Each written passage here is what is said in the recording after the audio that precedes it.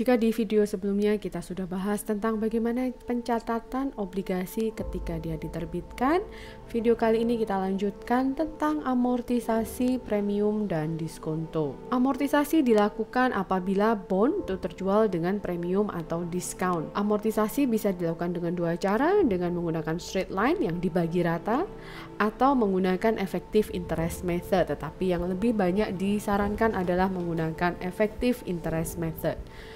Jadi amortisasi ini merupakan penyesuaian biaya yang tercatat sebagai interest expense sepanjang umur obligasi.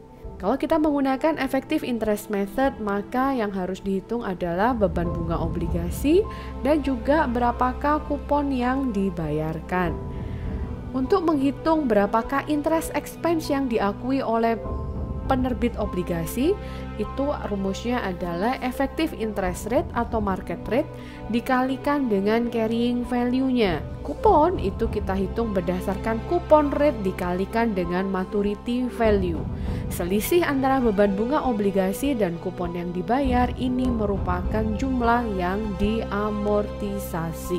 Mari kita aplikasikan ke dalam kasus. Evermaster untuk menerbitkan obligasi 8% 100.000 1 Januari 2019, jatuh temponya 1 Januari 2024. Bunga atau kupon itu dibayarkan tiap 1 Juli dan 1 Januari. Investor itu menginginkan effective interest rate-nya adalah 10%. Karena kuponnya itu lebih kecil daripada interest rate, maka obligasi ini akan terjual dengan diskon. Terkait dengan pencatatan, maka kita harus menghitung dulu present value dari maturity-nya dan present value dari kupon payment. Kita tahu bahwa harga jual obligasinya adalah 92.788. Maturity value-nya 100.000, maka diskonnya adalah 7.722. Pencatatannya pada saat diterbitkan 1 Januari 2019, kita debitkan kas sesuai dengan nilai tunai obligasi, kemudian dikreditkan ke bonds payable. Pada saat pembayaran kupon pada tanggal 1 Juli, selain harus mencatat pembayaran kupon, juga kita perlu mencatat adanya amortisasi diskon. Ya, jadi kita debitkan interest expense, kreditkan bond payable, dan kreditkan ke cash.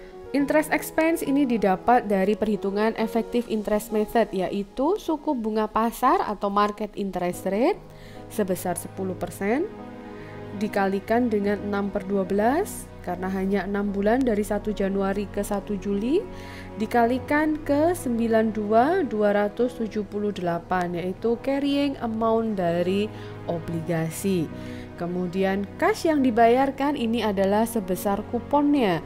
Kupon yang dijanjikan adalah 100.000 dikalikan 6/12, 6 bulanan dikalikan dengan 8%. Pada tanggal 31 Desember 2019, karena masih belum 1 Januari, kita harus membuat jurnal penyesuaian untuk menyesuaikan interest expense.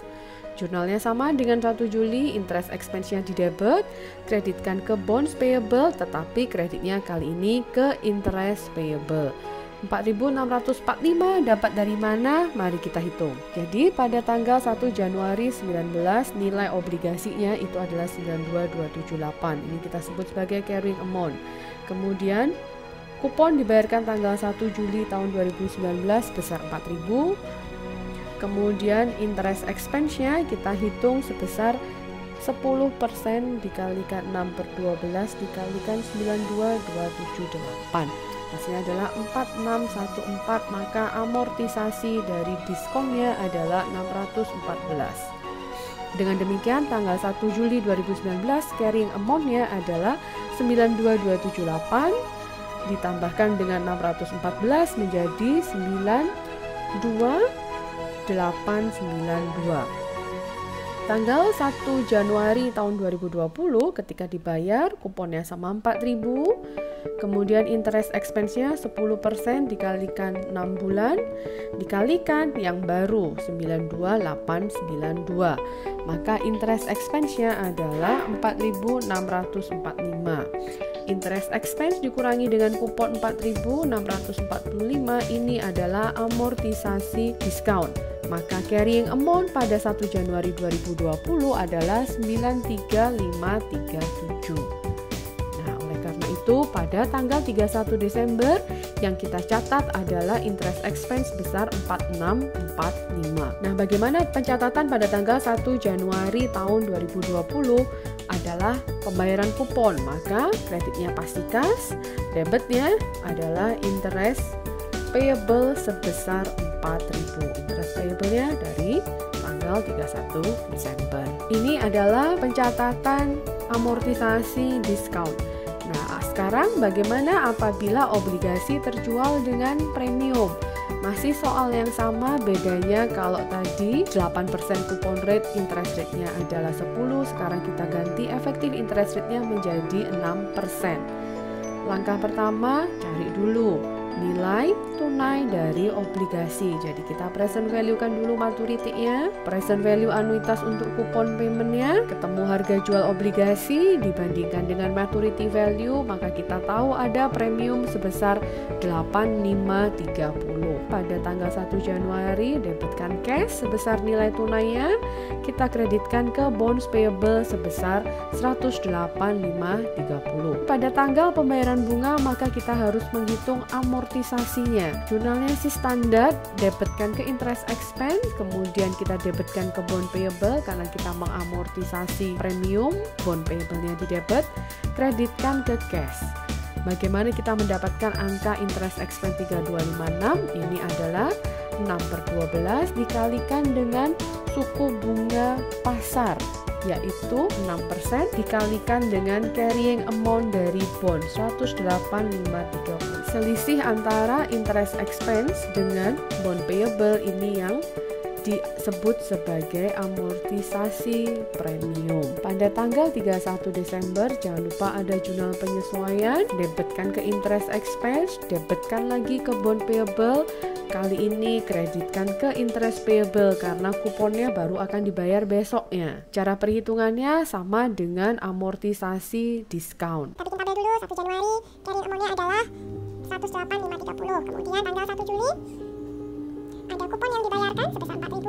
Kemudian interest expense-nya itu adalah 6 bulan dikalikan market rate-nya sebesar 6% dikalikan dengan 108.530. Ini hasilnya adalah 3256. Maka amortisasi premiumnya adalah 744. Sekarang nilai dari amount yang baru adalah 107.786. 1 Januari 2020 kupon masih tetap sama. Kita hitung lagi interest expense-nya dikalikan dengan 107.786 kali ini, yaitu dapatnya adalah 3234. Maka amortisasi premiumnya adalah 766. Dan carrying amount dari bondnya sekarang menjadi 170.0. Jadi apabila obligasi itu terjual dengan premium, carrying amount-nya makin lama makin kecil. Sedangkan amortisasi premiumnya makin lama makin besar. Kebalikan dari apabila obligasi terjual dengan diskon.